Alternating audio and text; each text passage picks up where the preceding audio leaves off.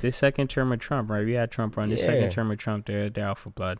Yeah, there's things that's getting repealed back that was, you know, put in law in the 60s. You know what I mean? Like stuff like that that's detrimental to communities, especially minority communities, that people need to be paying attention to.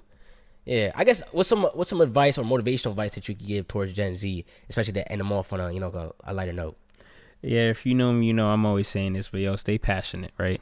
I think, you know, Gen Z, our generation, we're very passionate, Yes, sir. creative individuals. You know, we're go-getters. Gen Z, but- what's up, man?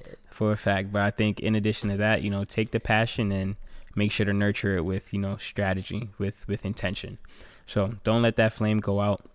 Stay passionate, but you know, with you really start building and you really start achieving, you really start accomplishing things when you take that passion. You're able to, you know, and transform it into something that's tangible, something that's, you know, intentional and that could actually impact lives. And think of your passion in a collective manner, right? Think about everything that you're doing, thinking about how we're advancing your community, however you define that. So yeah, stay passionate. You know, I'm the most passionate, but you know, I can lend you some. All right.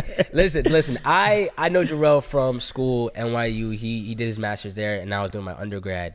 But that passion that he's talking about, that connects you amongst the people within Gen Z or the people within your generation. You know what I mean? Like the reason why we've been able to build a relationship over time is just because as soon as I heard that, you know, he's into politics and he actually cares about his community and doing stuff, you know, like that's something that I want to attach myself to and be able to uplift and platform, you know, but that passion, you know, he sees it with me too, with perspective and building. Yeah. So he wants to come and help out, but that's how we build as a community. That's how we build as a generation, because we're here to progress ultimately. Yeah, man. I guess last question. Let's say, I'm not saying you're running, but let's say if you were to run, or if, let's say, like a Gen Z campaigner wants to run, what would be, actually, no, personally what would be your non-negotiable promise to Flatbush or the greater community of Brooklyn?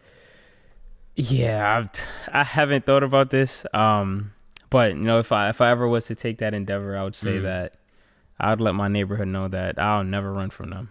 You know, I'm someone who's, you know, born and raised in my neighborhood. I'm still living there. Have lost friends to the streets. Seen the neighborhood change for better or for worse. And I think many elected officials, they get a lesser level of power, and then they start to hide from their people, right? They start to hide from criticism, right? Nobody's above criticism, right? Put a name on that bullet. The people put you in office, right? So, you know, one thing that I could assure for, you know, if I'm ever in that position, that I'll never run from my neighborhood. I'll never run from criticism.